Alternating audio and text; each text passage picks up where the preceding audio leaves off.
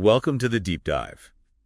So, today we're jumping into this collection, Du nceler by Kadir Kubas. Yeah, it's a really fascinating mix of writings. Quite diverse. Totally. We're talking everything from, like, ancient myths looked at in a new way to philosophy, even AI and art. Our goal here is really to give you a quick tour, show how Kubas connects these, well, seemingly unconnected ideas. And hopefully spark some aha moments for you along the way.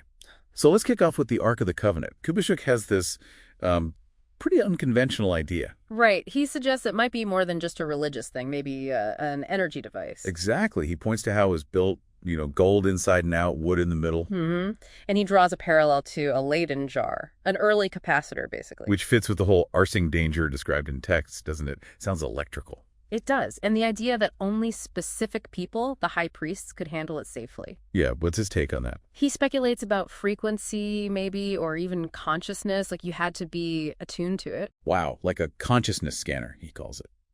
Accepts some, rejects others. Something like that. It definitely makes you, well, look at those ancient accounts a bit differently. For sure. Okay, shifting gears a bit, he also digs into Aristotle's four causes. Ah, yes.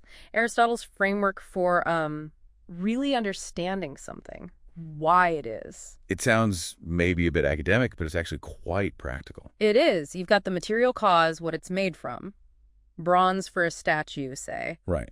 Then the formal cause. That's the shape, the structure, the statue-ness of the statue. Okay. And the efficient cause. The maker, so the sculptor. Got it. And finally, the final cause. Its purpose. Why it was made. For beauty, maybe, or commemoration. And Kubas applies this to all sorts of things, even modern stuff like nceler. Yeah, or a pencil, computer. It's a way to break down the essence of almost anything. Pretty useful framework, actually. Definitely. Okay, then there's this interesting piece on bias in art appreciation. Oh, the AI experiment one? Yeah, that was revealing. Tell us about that. Well, basically, people were shown poems, some by humans, some by AI, but anonymously at first. Mm-hmm. And initially, they often preferred the AI ones, but when they were told an AI rate them, the ratings dropped. Wow. So prejudice against the creator, not judging the work itself. Exactly. He links it to how human artists can face bias, too, based on appearance or background, not just their talent. That really poses a challenge, doesn't it? Especially as AI gets, well, better at creative tasks. It forces you to ask, what do we value? Is it just the human touch or the quality itself? Good question. Then he gets into philosophy itself, like how to actually do it. Right. He argues it's more rigorous than just, loving wisdom or asking lots of questions. So what does it involve, according to him? It's about method, defining your terms clearly, mapping out related concepts, building propositions. And using logic, right, solid deductions. Absolutely. Classical logic is key for him, ensuring arguments are actually sound.